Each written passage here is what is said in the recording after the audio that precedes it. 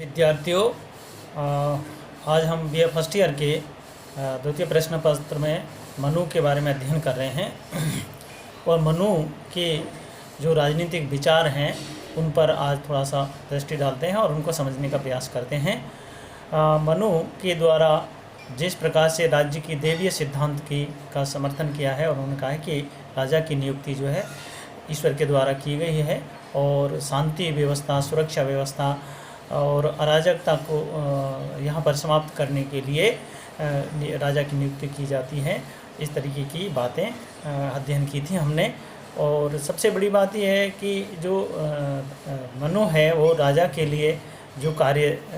देता है कि राजा को कौन से कार्य करने चाहिए पृथ्वी पर आकर के और राज्य की सही व्यवस्था बनाए रखने के लिए हमेशा कार्य करते रहना चाहिए और एक कल्याणकारी राज्य स्थापित करना चाहिए जिसमें सभी जो प्रजा है वो सुख समृद्ध रहती है और किसी प्रकार का उनके लिए कष्ट नहीं रहता है। तो उनके लिए अधिक से अधिक सुविधाएं देना, उनकी शांति व्यवस्था बनाना, किसी भी प्रकार के अव्यवस्था वाला, अराजकता वाला जो माहौल है उसको रोकना और उसको हर हालत में उसको व्यवस्थित करना ही उसका प्रमुख कार्य होता है। और उसके जो राजा के जो कार्य हैं उन पर हम थोड़ा सा प्रकाश डालते हैं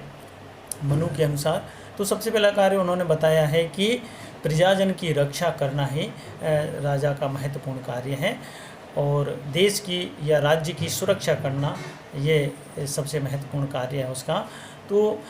इसके लिए वो अराजकता से मुक्ति दिलाता है जनता को, शांति व्यवस्था और बाह्य आक्रमणों से उन्हें सुरक्षा दिलाता है, शांति व्यवस्था बनाने का प्रयास करता है और किसी भी आक्रमण से देश को रोकने, सुरक्षित करने का कार्य करता है। अपराधी किस्म के जो लोग होते हैं उनमें दंड की जो शक्ति है उसका प्रयोग करके उनमें भय पैदा करता है जिससे कि अपराधी अपराध करने से डरने लगें। युद्ध नीति से बाहरी आक्रमणों को रोकने का कार्य करता है और इसके लिए वो हमेशा तत्पर रहता है कि किसी भी आक्रमण का वो भली भांति से सामना कर सकता है और देश की सुरक्षा कर सकता है। तो प्रजाजन की रक्षा करना, देश की रक्षा करना ये उसका महत्वपूर्ण कार्य है। दूसरा जो कार्य है उसका प्रजा का पालन करना, प्रजा का पोषण करना, प्रजा कल्याण के लिए विभिन्न प्रकार के कार्य करना, ये भी राजा का जो प्रमुख कार्य है। और इसके लिए वो कहता है, मनु के द्वारा कहा गया है कि कृषि, व्यापार और सड़क यातायात इन सबको उन्नत किस्म का बनाया जाना चाहिए। कृषि को उन्नत बनाया जाना चाहिए, सिंचाई व्यवस्था करनी चाहिए, व्यापार को उन्नत किया जाना चाहिए। इसके लिए आवश्यक जो भी व्यवस्था बनती हैं वो करना चाहिए और जनता के कल्याण के लिए जो विभिन्न प्रकार की योजनाएं, सड़क है, यातायात है, नहर हैं, इन सबको विकसित करना चाहिए, डेवलप करना चाहिए और नाप तोल पर नियंत्रण रखना चाहिए। मिलावट को, किसी भी प्रकार की मिलावट को नियंत्रित करना चाहिए और समय समय पर राजा के द्वारा विभिन्न अधिकारियों और मंत्रियों के माध्यम से या गुप्तचरों के माध्यम से उन पर निरीक्षण किया जाना चाहिए। राजा स्वयं भी इनका निरीक्षण करे, अनाथ और जो व्यक्ति हैं उनकी सहयोग करें, असहाय जो व्यक्ति हैं उनका सहयोग करें, स्त्रियों की रक्षा करें और जो इसके लिए जो इनकी संपत्ति है उन संपत्ति की सुरक्षा करें। पाठशालाएं खुलवाई जाएं जिससे कि सभी लोग अपने ज्ञान अर्जन कर सकें, बालकों को शिक्षा मिल सकें और इसके अलावा औषधालय भी राजा के द्वारा खोली जानी चाहिए जिससे कि स्वास्थ्य को सही तरीके से राज्य के अंतर्गत स्वास्थ्य सुविधाओं को विकसित किया जा सके। तो प्रजा का पालन पोषण करना, समृद्ध बनाना, सुखी जीवन बनाना, उन्नत जीवन बनाना,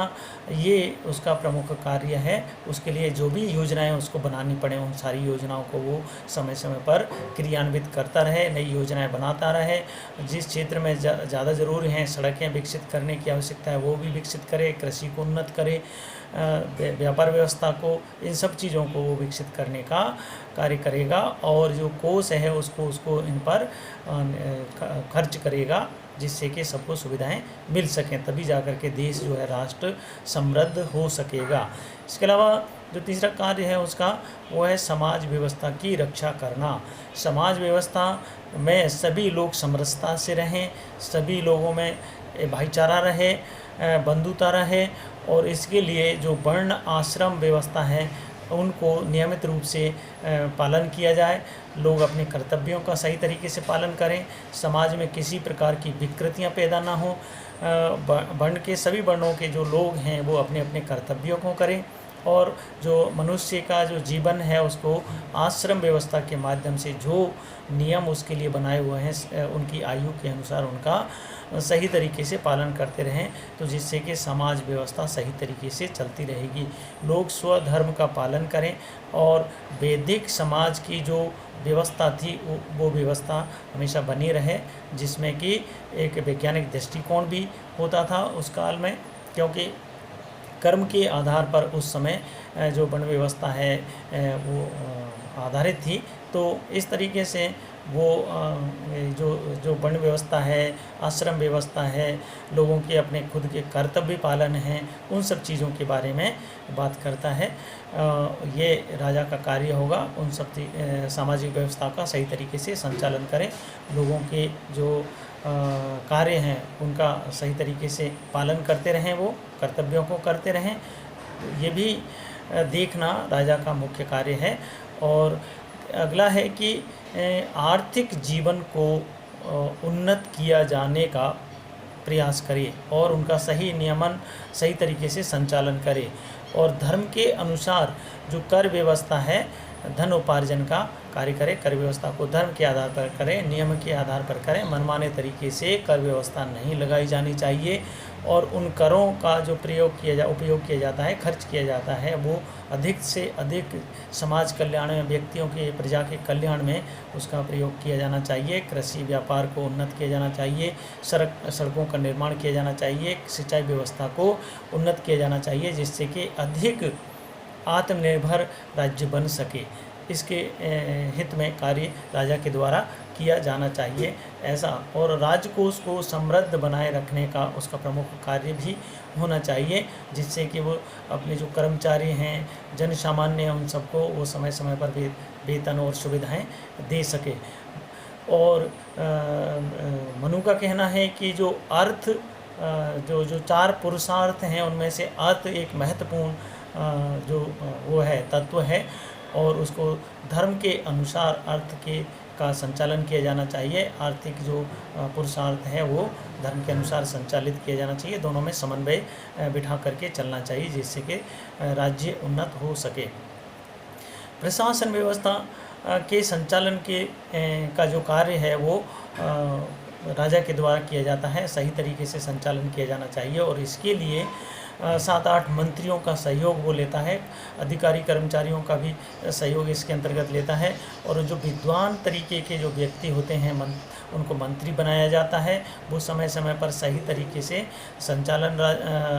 सलाह राजा के लिए देते रहते हैं, और धर्मानुसार जो है वो अपनी राज्य व्यवस्था को संचालन करने में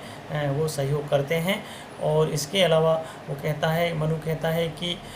जो राज्य को विभिन्न विभागों में, राज्य की जो प्रशासन व्यवस्था है उनको विभिन्न विभागों के अंतर्गत बांट दिया जाना चाहिए, जैसे कोष है, सैन्य विभाग है, न्याय विभाग है, ग्राम और नगर विभाग हैं। इन सब में उनको बांट करके उनका कुशल व्यक्ति को उसके लिए उनका संचालन करने की जिम्मेदारी दी जानी चाहिए। और मंत्री जो हैं,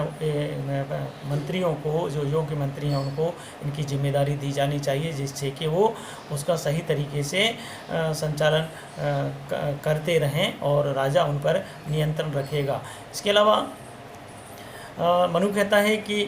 शासन व्यवस्था की सही जानकारी लेने के लिए, राज्य की सही जानकारी लेने के लिए गुप्तचर व्यवस्था को भी सुदृढ़ किया जाना चाहिए, और गुप्तचरों के माध्यम से राज्य की जो व्यवस्था है, राज्य के जो कार्य हैं, संचालन है, उनका फीडबैक गुप्तचरों के माध्यम से लेते रहना चाहिए। और इन सब विभागों के कार्यों पर निगरानी रखने के लिए गुप्तचर संपूर्ण राज्य के अंतर्गत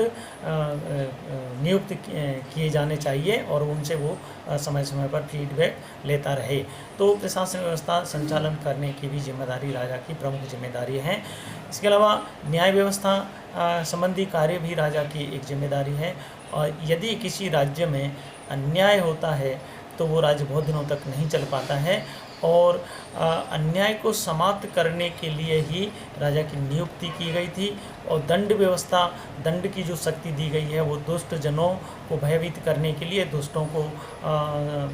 को दमन करने के लिए न्यायिक शक्ति दी गई, दंड शक्ति दी गई है राजा के लिए। तो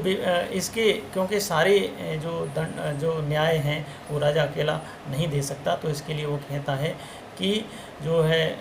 एक न्यायालय विभाग स्थापित किया जाना चाहिए, न्यायालयों की स्थापना की जानी चाहिए। और जैसे कि कहा है कि धर्मस्थीय और कंटक शोधन 2 प्रकार के न्यायालयों का उनके विषयों के अनुसार उनका विभाजन करके उनको गठित कर देना चाहिए, जिससे कि सही तरीके से न्याय व्यवस्था भी संचालित होती रहे और उचित न्याय व्यवस्था स्थापित हो सके राज्य के अंतर्गत। किसी भी अराजकता को रोकने के लिए न्याय व्यवस्था सही होना बहुत ज़रूरी है, अनिवार्य है। इसके अलावा मनु कहता है कि राज्य की जो आंतरिक व्यवस्था है उसका कार्य संचालन करना, उनको सही तरीके से संचालित करना, ये तो राज्य का कार्य है ही, राजा का कार्य है ही। पर इसके अतिरिक्त जो अंतर्राज्य जो संबंध होते हैं उनका संचालन करना भी राज्य की प्रमुख जिम्मेदारी है, क्योंकि अंतर्राज्य संबंधों के द्वारा ही अपने राज्य की सुरक्षा की जाती है, अपने राज्य के हितों को सही तरीके से सुरक्षित किया जा सकता है। तो अंतर्राष्ट्रीय स्तर पर मनु कहता है कि उसको षड्गुण नीति का पालन करना चाहिए। षड्गुण नीति के अंतर्गत जो 6 प्रकार के नियम हैं उनका पालन करना चाहिए, और 4 प्रकार के जो उपाय हैं उन उपायों का पालन करना चाहिए। इसके अलावा जो अंतर्राष्ट्रीय स्तर पर जितने 4 प्रकार के जो राज्य होते हैं, एक जो कि इस प्रकार से हैं कि शत्रु राज्य है, मित्र राज्य है, मध्यम राज्य है, उदासीन राज्य हैं। इस रूप में जो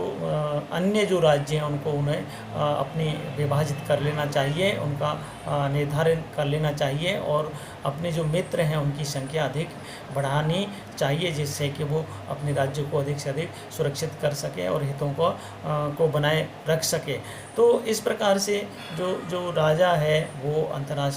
अंतर्राज्यीय जो संबंध है उनका भी संचालन करता है, और मंडल सिद्धांत के आधार पर जो है अंतर्राष्ट्रीय संबंधों का संचालन करता है, नीतियों का पालन करता है, और राज्य के हितों को ही वो सर्वोपरि बल देने के लिए कहता है। आज इतना ही, बाकी का आगे। धन्यवाद।